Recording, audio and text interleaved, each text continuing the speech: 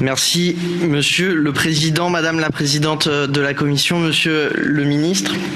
Pour cette dernière, pour la présidence française, le Conseil européen de demain s'annonce encore une fois historique.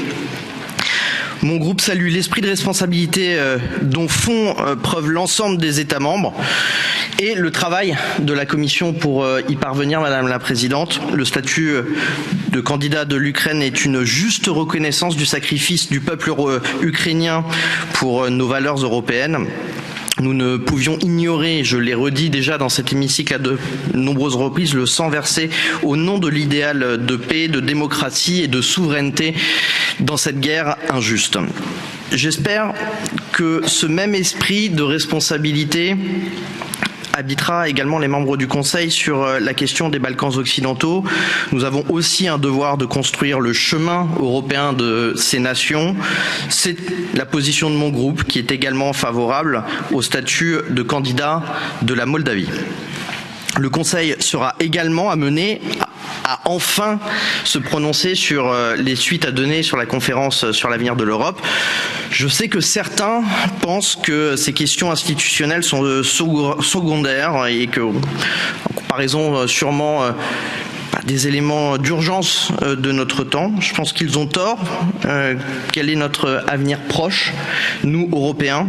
Probablement une conjugaison de crises qui obligera l'Europe à décider de manière cohérente, ambitieuse, rapide.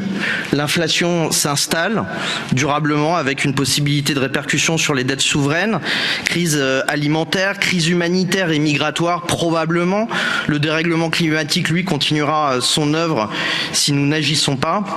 Et face à ces défis, sommes-nous prêts aujourd'hui, avec nos institutions, prêts à agir? Alors on peut peut-être reproduire une nouvelle fois le miracle de la crise Covid, qui nous a fait, avec le plan de relance, avec une réaction massive et rapide et urgente des institutions européennes, un vrai élan de solidarité européenne et une rapidité que nous n'avions jamais connue.